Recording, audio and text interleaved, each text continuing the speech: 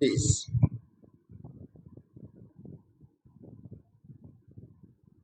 We are starting with relation.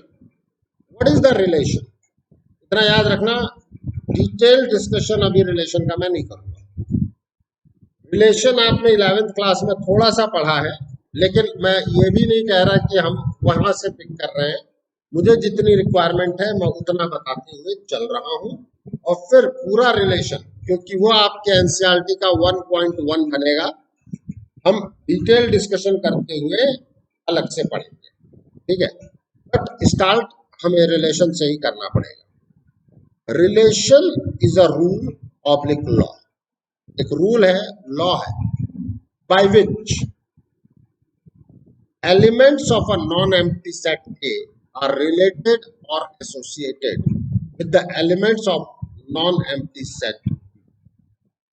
ठीक है, इसी को हम कहते हैं relation from A to B. ठीक है, क्या कहते हैं हम? रिलेशन फ्रॉम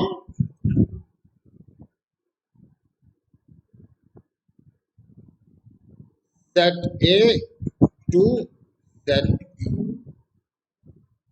नाउ एक टर्म हमारे सामने आएगी, डोमेन। तसल्ली से सुनते चलो, अभी एक एग्जांपल लूंगा तो सब समझ में आ जाएगा। Domain, elements of set A which are related in the relation. क्या कहा मैंने? Elements of set A which are related in relation form the set of domain. जो रिलेशन में रिलेटेड है उन्हीं एलिमेंट्स को लेना है, सबको नहीं लेना है। वो क्या कहलाएंगे? डोमेन फॉर्म करेंगे। What about the codomain? जो सेट बी दिया गया है दैट इज कोडोमेन। टर्म हमारे सामने आता है रेंज। क्या है? Elements of set B which are related with the elements of set A form the set of range. Please, हमने एक रिलेशन यहां लिया, रामायण एंड महाभारत के कुछ कैरेक्टर्स यहां लिखे हुए हैं। अब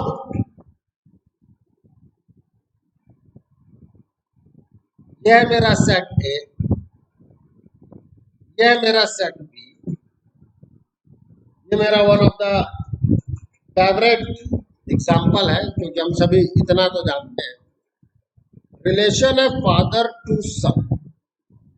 ठीक है, मतलब सेट ए में हम कहेंगे x related with y. X किसका एलिमेंट है? X is the element of A. This symbol is means element of, oblique belongs to. पहला एलिमेंट किसका होना चाहिए? सेट ए का। और दूसरा एलिमेंट किसका होगा? सेट बी का। जब हम बात करते हैं ऑर्डर्ड पेयर,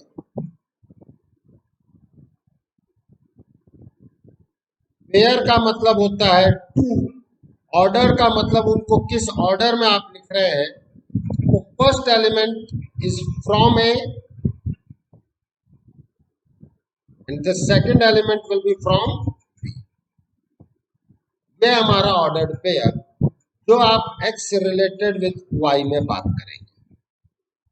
हम x रिलेटेड विद y लिखें, इसका क्या रीडिंग है?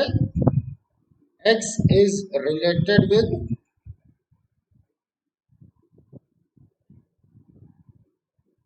ओके। अब आप लोग बताओ, दशरथ किससे रिलेट करेंगे? Ball goes to अतिमन।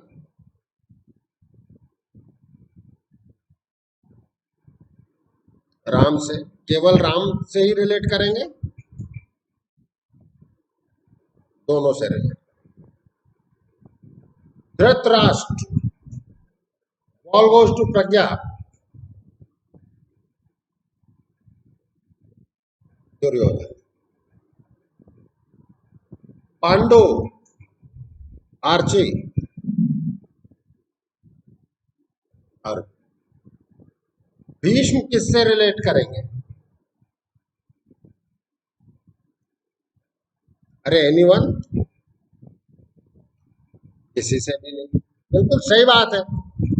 पहली बात तो भीष्म शादीशुदा ही नहीं थे, ठीक है। और हनुमान जी के पिताजी का नाम सेट ए में अवेलेबल नहीं है, तो हनुमान जी भी किसी से रिलेट नहीं करेंगे।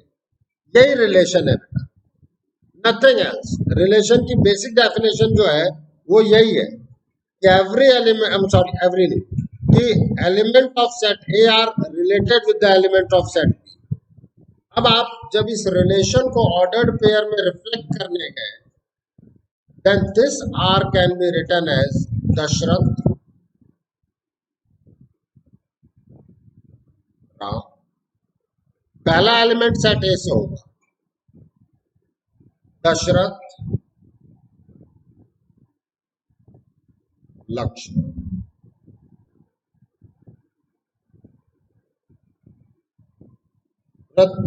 राष्ट्र दुर्योधन।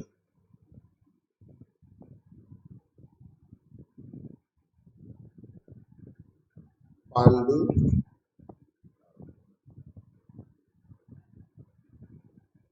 यह है हमारा रिलेशन। इस रिलेशन को लिखने में कोई दिक्कत मेधा बिटिया? पक्का। अब जब मैं डोमेन के बारे में बात करता हूं, डोमेन ऑफ आर, अब मैं चलो अपने बेसिक डेफिनेशन पे कि डोमेन है क्या।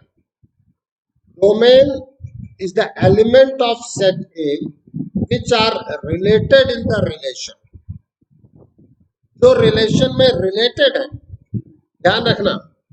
तो यहां पे फर्स्ट पोजीशन को उठा लूं, नाम का कोई भी डबलिंग नहीं होगा, दशरथ। दो बार दशरथ लिखने का कोई मतलब नहीं होता। राष्ट्र।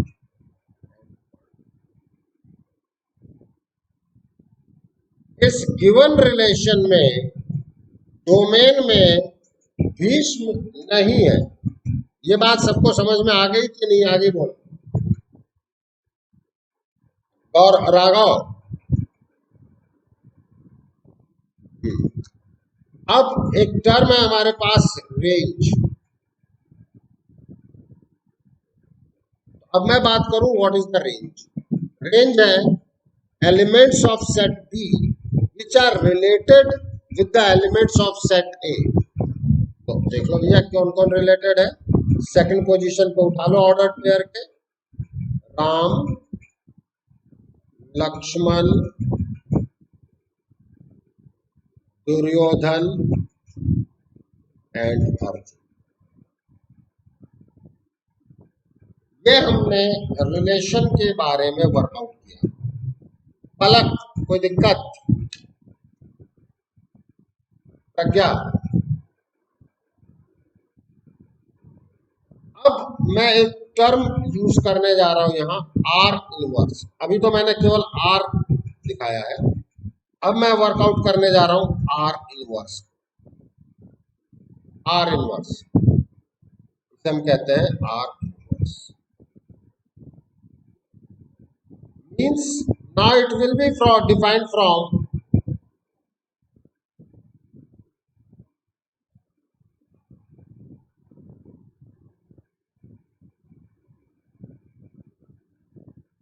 Set B to set A.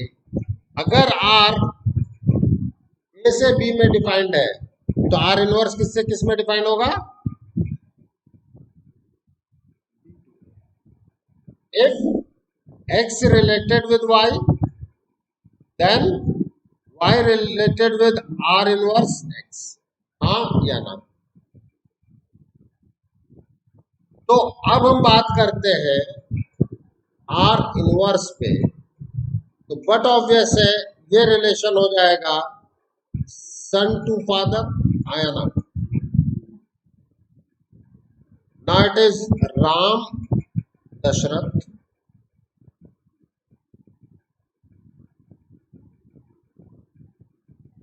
Lakshman Dasharath,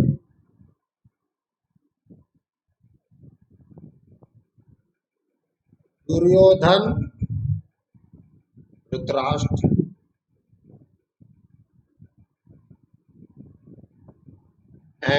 Arjun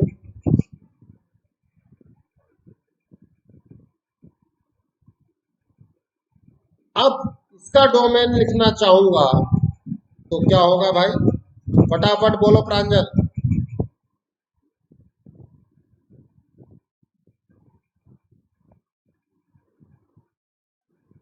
Ram Lakshman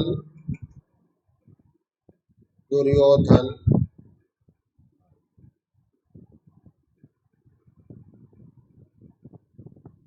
range will be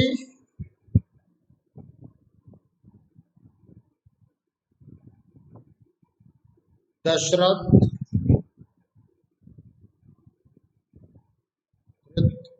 Rashtra and Pandu।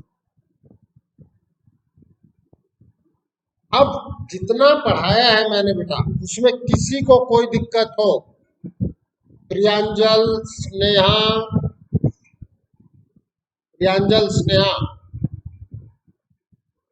Kanak and Arika and Harshad,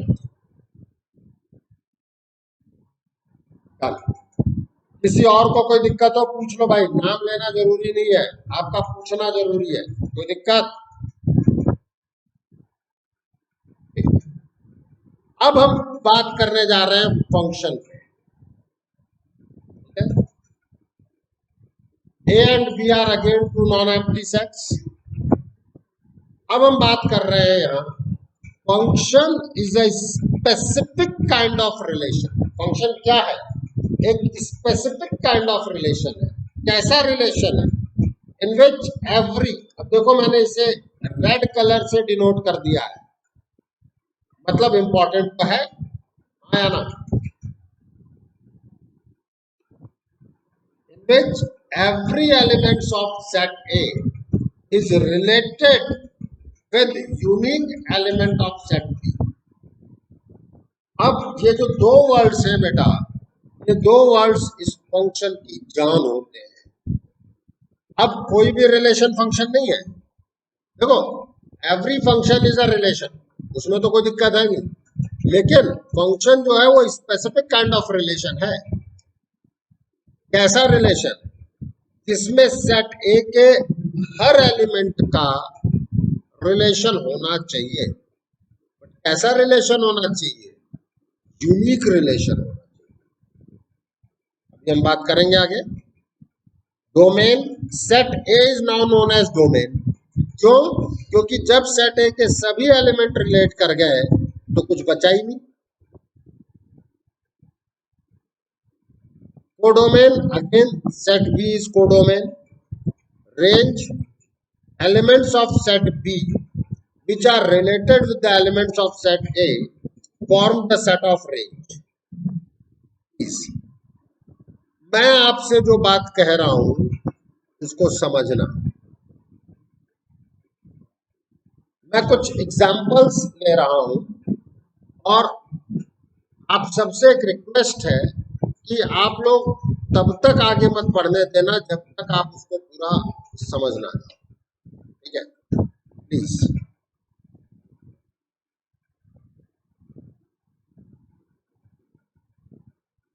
मेरे पास दो सेट है और इन सभी एग्जाम्पल को याद रखना है हमें, हाँ, क्योंकि इसका मैं यूज करूंगा आगे के एक्सप्लेनेशन में। ABC 1 2 3 4।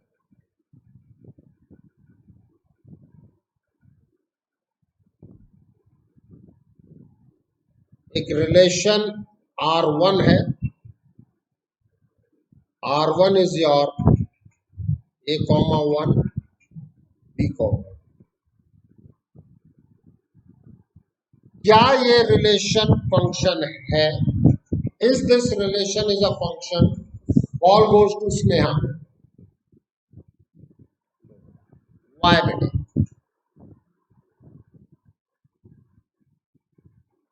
बिल्कुल बिल्कुल बिटिया, हम कहेंगे दिस इज नॉट अ,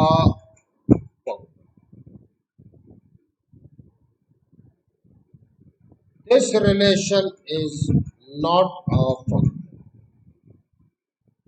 ये क्लियर है। अब उसका लॉजिक पता होना चाहिए, जो स्नेहा ने बिल्कुल सही कहा, because every condition is not set.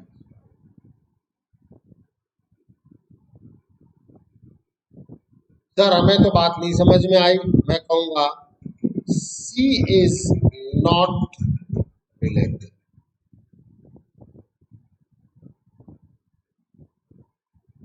With any other, not related in this. ये बातें समझ में आई कि नहीं आई? बोलो। नहीं आई हो तो बोलना नहीं आई। अरे आ गई हो तो बोल दो भाई आ गई। प्रज्ञा अतिमान राघव, प्रज्ञा अतिमान राघव, राघव की आवाज नहीं आई। यार इतना धीरे मत बोलो, आवाज में तो दम होना चाहिए। Now ball goes to mister athlete.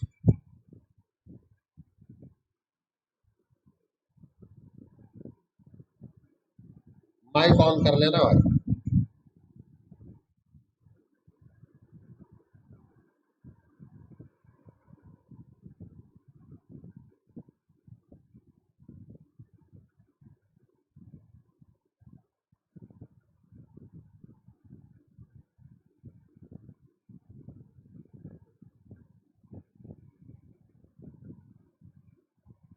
ये चीजें याद रहनी चाहिए बेटा, मैं पहले बता रहा हूं।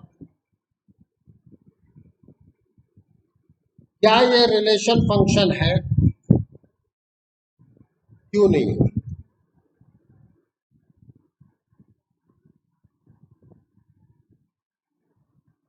Very good. प्लीज हम डेफिनेशन पे चले। हमने कहा था एवरी एलिमेंट, तो पहले केस में एवरी सेटिस्फाइड नहीं था। यहां every is the satisfied, condition of every is satisfied, done, is associated with unique element of set B.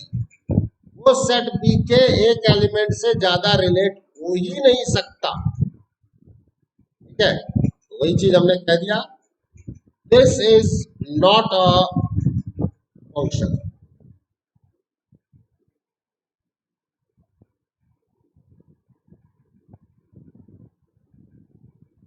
Because unique condition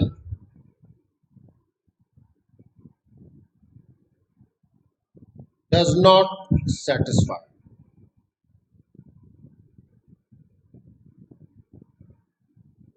A is having two relatives.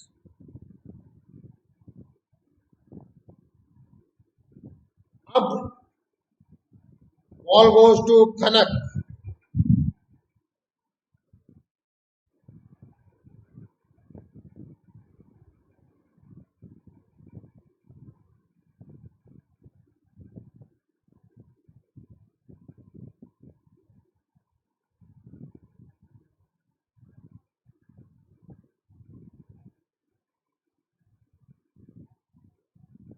What about this relation, Kanak?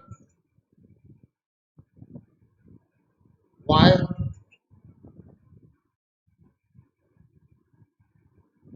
Very good. This is a function. Harika,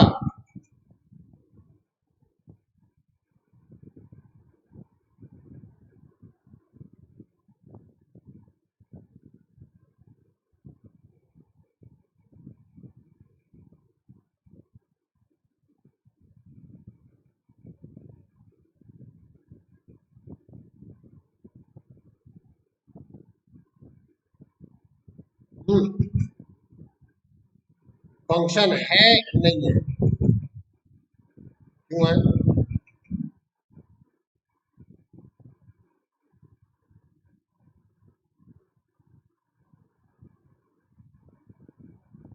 but और बेटा 1 तो 2 से related हो गया,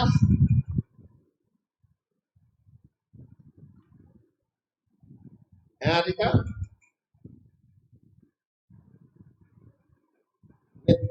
आप मुझे बताओगे ना, मैं तो ये कह रहा हूँ वन वन एलिमेंट जो है सेट बी में, वो सेट ए के 2 एलिमेंट से रिलेटेड हो गया, है कि नहीं है बोलो? तो फिर ये फंक्शन है कि नहीं है?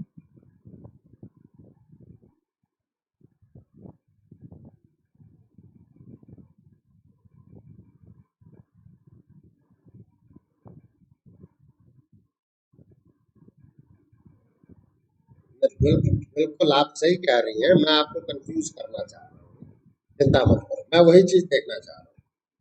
देखो मेरे बच्चों, बहुत सारे जगहों पे बच्चे इसलिए कंफ्यूज होते हैं क्योंकि वो ये नहीं समझते कि कंडीशन किस सेट पे है। Condition is on the elements of set A, it is not on the elements of set B. ये बात समझिए, ये अगला इंपॉर्टेंट कॉन्सेप्ट है। देखो, इतने सालों का मेरा एक्सपीरियंस ये है कि बच्चे गलती कहाँ करते हैं, मुझे ये बात भी पता है। जब मुझे ये बात पता है तो कहीं ना कहीं मैं अपने पूरे टीचिंग में उस चीज को लेके आऊंगा सामने। ठीक है, इसी तो एक्सपीरियंस फैकल्टी कहते हैं, और कहते हैं कंडीशन है सेट ए के सभी एलिमेंट एसोसिएटेड होने चाहिए बी के यूनिक से, बी पे कंडीशन नहीं है। अतिमन ये बात समझ में आ रही है? राघव, प्रज्ञा, नहीं आए तो यस सर कभी मत बोलना बच्चों। इधर से मेधा, पक्का? This is a function,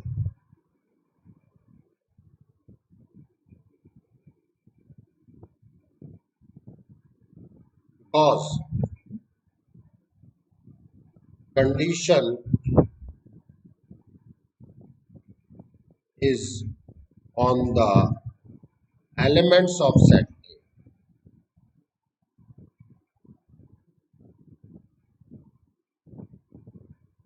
not on the set. Clear? बहुत अच्छा है बेटा। देखो, यहां तक चीजें क्लियर हो गई। अब हम बात करते हैं हमारे चीजों को आगे कैसे देखना है हमें। यह सेट ए, यह set B, A B C 1 2 3 4।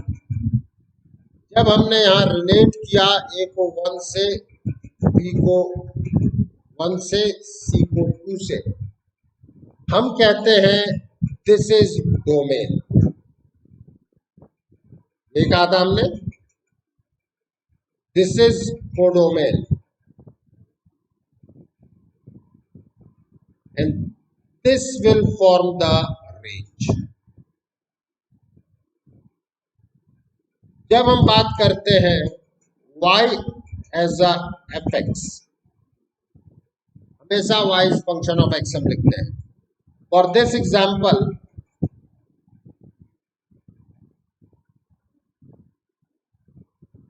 f of a is 1, f of b is also 1, f of c is 2। हर्षित, क्या इस एग्जाम्पल में आपको 3 या 4 मिले?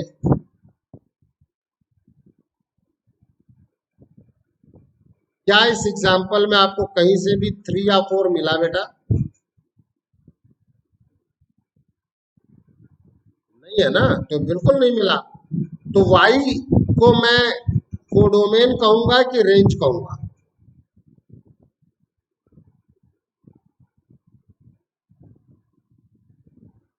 बिल्कुल। और जो रेंज है वो कोडोमेन का सबसेट है। इसका मतलब क्या होगा कि y is specifically range, but since range is the subset of codomain, that's why belongs to codomain also, हाँ या ना? ध्यान देना बेटा सभी लोग। Y is specifically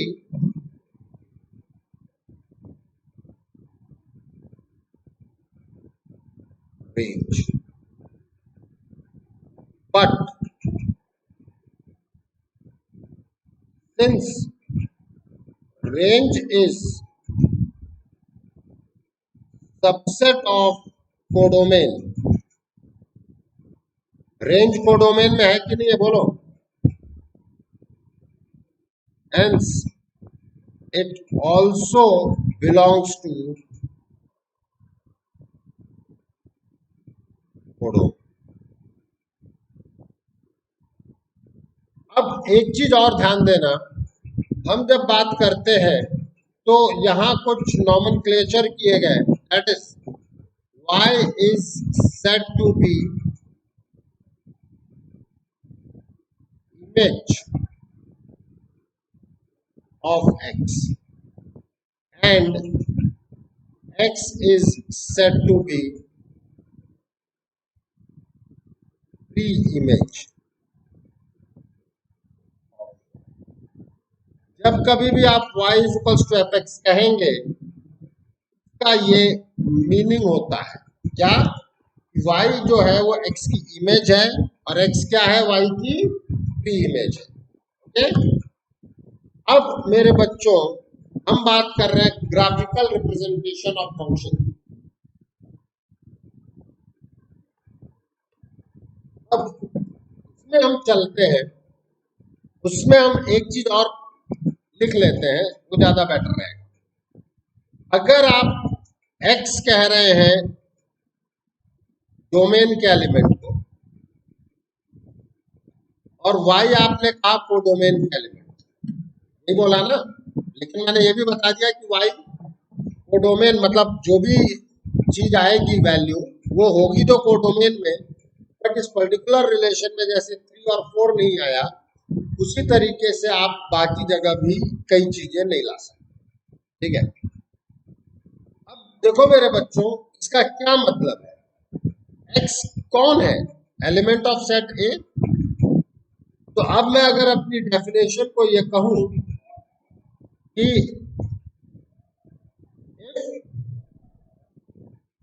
for every x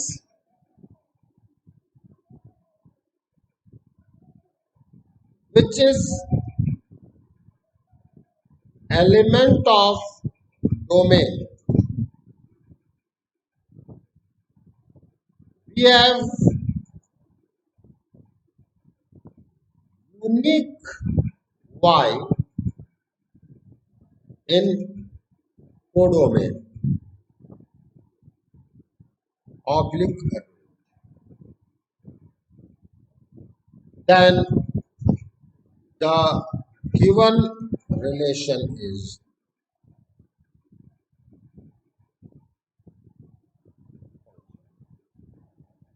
आप कहेंगे ये क्या लिख दिया सर?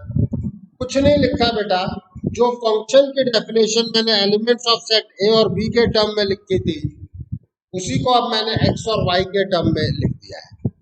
पढ़ो डेफिनेशन क्या है। Function is a specific kind of relation in which every element of set A means every x, क्योंकि x आपने क्या कहा है? सेट A के एलिमेंट को, हाँ या ना? ओके, फॉर एवरी x, अब भी हमने एलिमेंट ऑफ सेट A को की जगह हमने क्या कह दिया? Every x which is the element of domain. अब सेट A को मैंने डोमेन वर्ड यूज किया है। Have unique y means unique element of set B in codomain, then the given relation is function.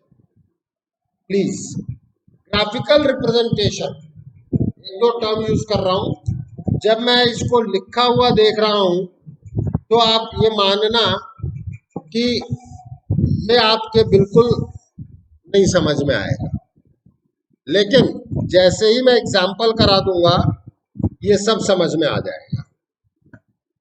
ठीक है, हम लोग बात करें आयुष अंदर एंट्री ले रहे हैं।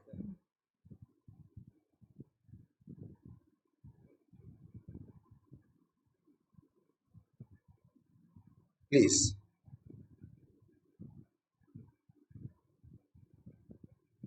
Draw the lines parallel to y axis.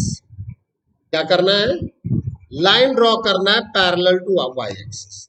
If these lines cuts the graph at only one point, then that graph will represent function. अगर आपकी parallel to y axis draw की गई लाइंस ग्राफ को केवल एक पॉइंट पे cut करे तो वो ग्राफ क्या होगा बेटा? फंक्शन।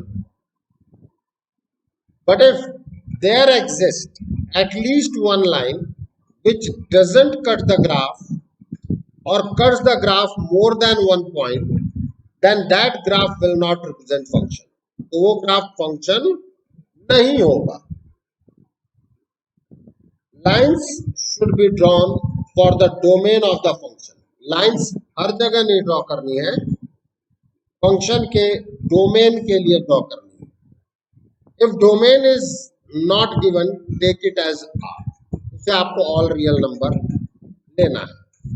यहाँ पर दो तरीके के क्वेश्चन होते हैं मेरे बच्चों। एक क्वेश्चन ये कहता है कि गिवन ग्राफ फंक्शन है कि नहीं है। दूसरा फंक्शन कहता है कि if graph is function, then what is the domain? ये दो अलग अलग क्वेश्चन, ये ध्यान रखो।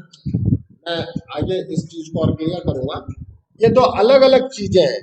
तो ये कहे कि ग्राफ फंक्शन है कि नहीं है, तो हमें नॉर्मल प्रोसीजर से चेक करना है। और अगर कोई मुझसे कहे कि find the domain for this is function, तो मैं उसे कहूंगा कि भाई उतना ही पोर्शन देखना है जिसमें वो फंक्शन बन जाए। ये दो अलग अलग क्वेश्चन है, इनको मिक्स मत कर देना। अब हम बात करते हैं कुछ चीजों पर, आपको ऑटोमेटिकली चीजें क्लियर हो जाएंगी।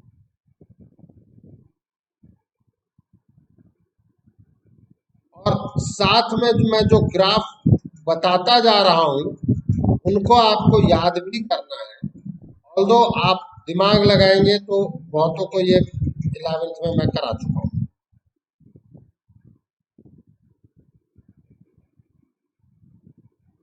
ये आपका y equals to x square मतलब पैराबोला होता है, तो x की पावर 2n में लिख सकता हूँ। n is the element of natural number, मतलब y equals to x square, x4, x6, सबके ग्राफ का नेचर यही है। अब अगर मैं लाइंस ड्रॉ करूं parallel to y axis, domain दिया नहीं गया है तो मुझे इसे ऑल रियल नंबर लेना पड़ेगा। अगर मैं लाइंस ड्रॉ कर रहा हूं पैरेलल टू वाई एक्सिस और ये लाइन आपके ग्राफ को केवल एक पॉइंट पे कट कर रही है, देखो एक पॉइंट पे कट किया कि नहीं किया, बोलो। Every line cuts the graph at only one point, हाँ या ना? अब आपको ये आंसर भले ना पता हो कि क्यों ये कर रहा है, बट अगर हम ये बात देख लें, draw the line parallel to y-axis. If these lines cuts the graph at only one point, then that graph will represent point. अब आप ये तो कह सकते हो कि हाँ यार दिस इज फंक्शन। तो पूछे क्यों, तो हमारे सर जाने, उन्होंने बताया पैरेलल टू y-axis करना, हाँ या ना?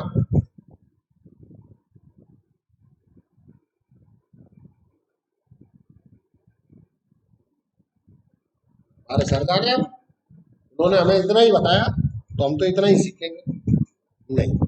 अब मैं आपको आगे एक्सप्लेन करूँ। हाँ, कोई कुछ कहना चाह रहा था?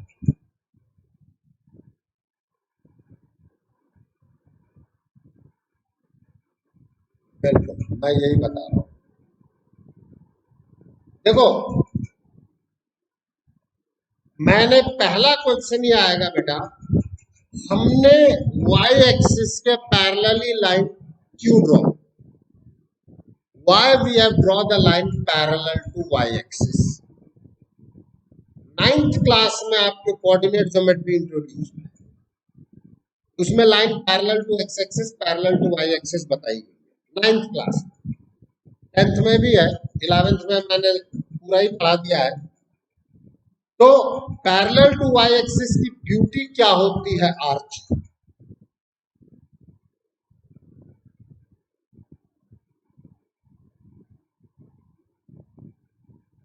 अरे भैया एक ही पॉइंट पे कट करेगा तो मैं बात ही नहीं कर रहा हूं। मैं जो क्वेश्चन पूछ रहा हूं बिटिया उसका ध्यान दे। मैं ये कहना चाह रहा हूं कि कोई भी line parallel to y axis होती है, उसकी खासियत क्या है, इंपॉर्टेंस क्या है, उसमें क्या छुपा हुआ है?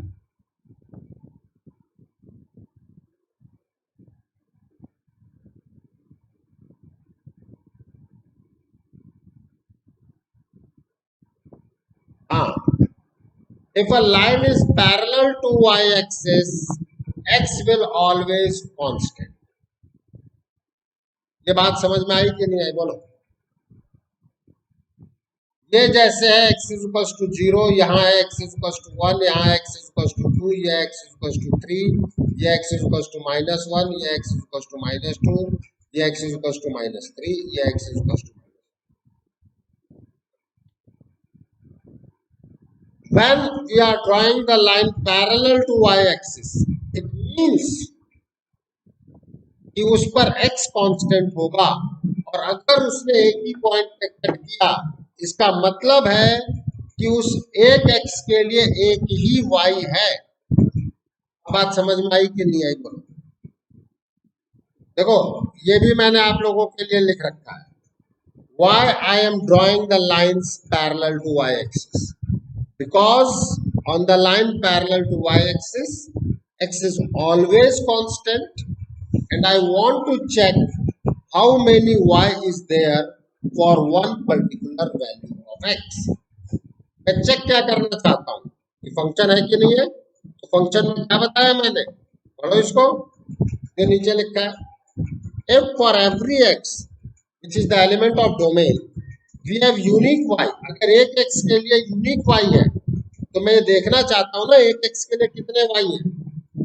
प्लीज ये फर्स्ट एग्जांपल देखें, यहाँ पे एक x ऐसा है c जिसके लिए कोई y नहीं है। देखो अब मैं x और y के टर्म में बात कर रहा हूँ, प्लीज ध्यान दें सभी लोग। In the first example we have one element c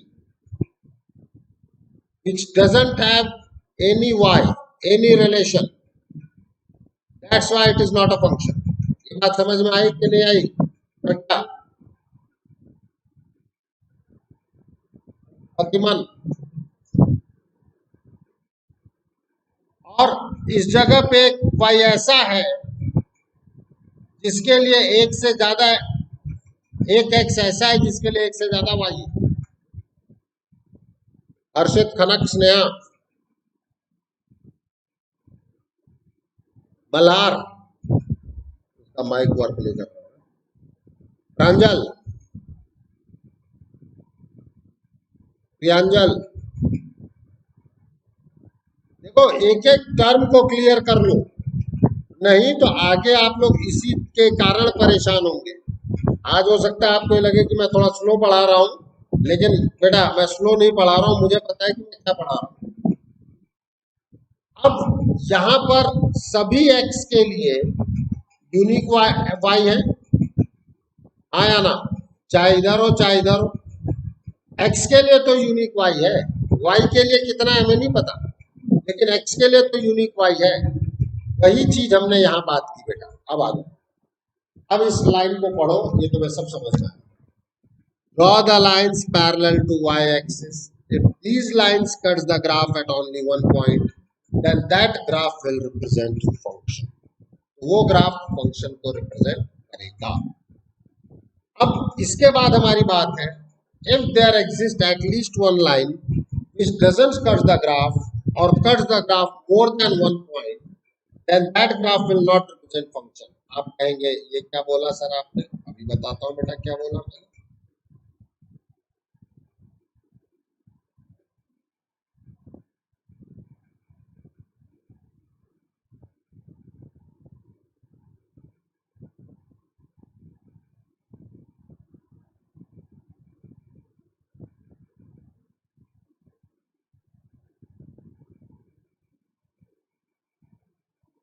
x is equals to y square या वाई रेस्ट पावर 12।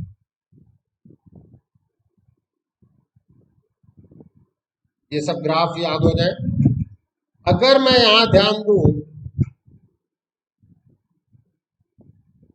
इस तरफ के x के लिए कोई y नहीं है। कट नहीं करने का क्या मतलब है? There is x which doesn't have any relative in set p। ये सेकंड वाला केस, फर्स्ट वाला केस, फर्स्ट एग्जांपल। c के लिए कोई भी एलिमेंट नहीं है, तो अगर लाइन ने कट नहीं किया, इसका मतलब कहीं ना कहीं कोई एलिमेंट सेट ए में मिसिंग है, जिसके लिए कोई भी रिलेटिव नहीं है। अब जब मैंने इस चीज को इधर की तरफ ड्रॉ किया, तो यहां वालों ने दो दो पॉइंट पे कट करना शुरू कर दिया।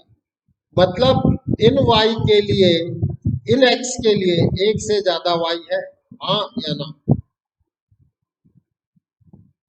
तो क्या ये फंक्शन होगा? तो this is not a function.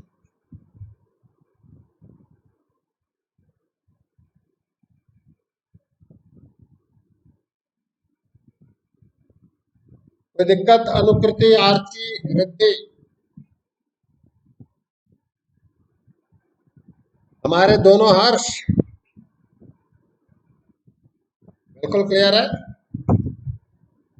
माही और ये मल्हार चैट बॉक्स में बता दो भाई, आरती बताने क्या कह रहे हैं।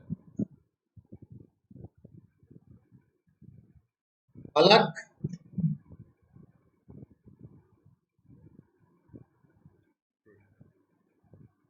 अब मैं आपसे पूछता हूं, ball goes to अतिमन।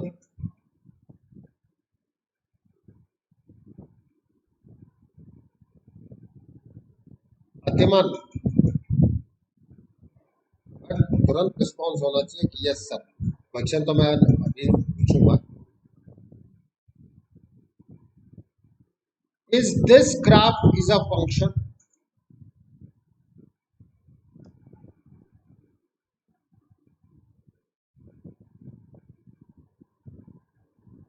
Ball goes to Sneha. Y?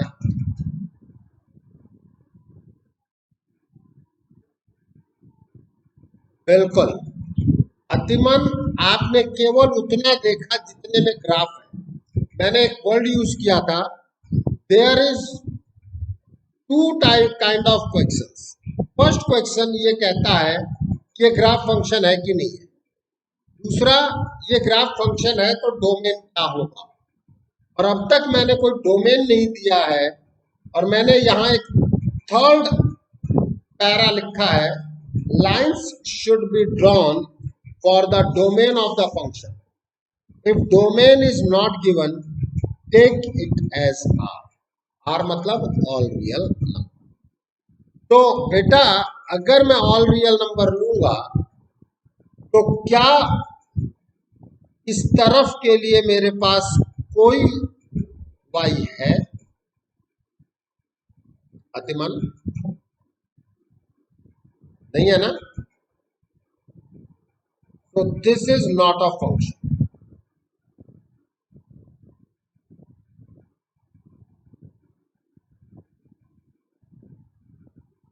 अब द नेक्स्ट वन इज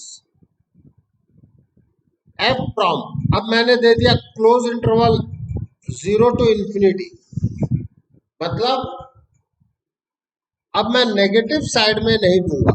एक चीज और ध्यान देना, यहां फंक्शन जो है हम इस तरीके से लिखते हैं, f is from A to B, this is domain, this will be codomain. A to B, कई बार हम इस तरीके से, पहला जो होता है उसे हम डोमेन से रिप्रेजेंट करते हैं, और जो सेकंड होता है उसको हम किससे रिप्रेजेंट करेंगे बेटा? कोडोमेन से। ओके, अब मैं अगर आपको दे रहा हूं f is from 0 to infinity to r कह दो, इसका मतलब now it is domain and this is your codomain.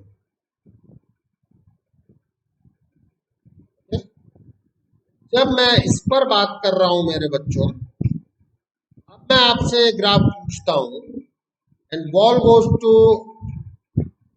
Raghav.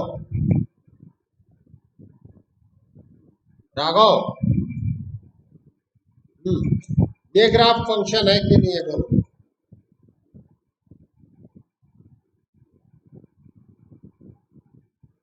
क्यों?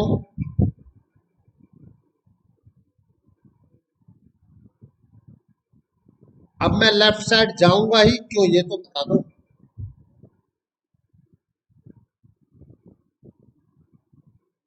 डोमेन के लिए ड्रॉ करना है ना, और यहां पे मैंने डोमेन क्या दे दिया है बोलो?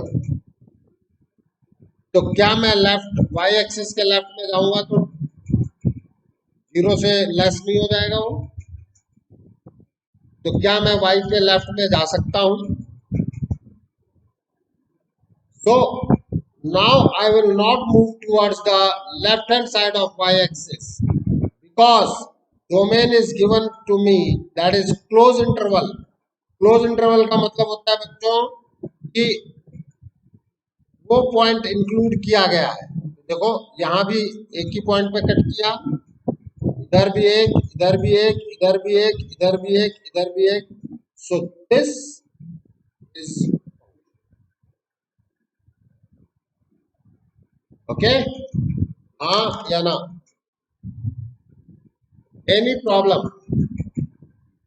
अब इस कॉन्सेप्ट में जो चीज है, मैंने हर चीज का आंसर दे दिया। Why I am drawing the line parallel to y axis? Because the line parallel to y axis, x is always constant. Function में मुझे चेक क्या करना है, इस एक y के लिए, एक x के लिए कितने y है, how many y for that particular value of x। What is the meaning of line cuts the graph at only one point? It means we have exactly one y for that x. What is the meaning of line doesn't cut the graph? अगर वो graph को cut नहीं कर रही है, इसका मतलब क्या है? It means there is no y for that x. पहला केस, c के लिए कोई भी x नहीं था। Okay. What is the meaning of line cuts the graph more than one point? एक पॉइंट से ज्यादा कट करने का क्या मतलब है? It means that we have more than one y for that x. और अगर ऐसा है तो वो चीज फंक्शन नहीं होगा। Is it clear? Any problem? Any problem?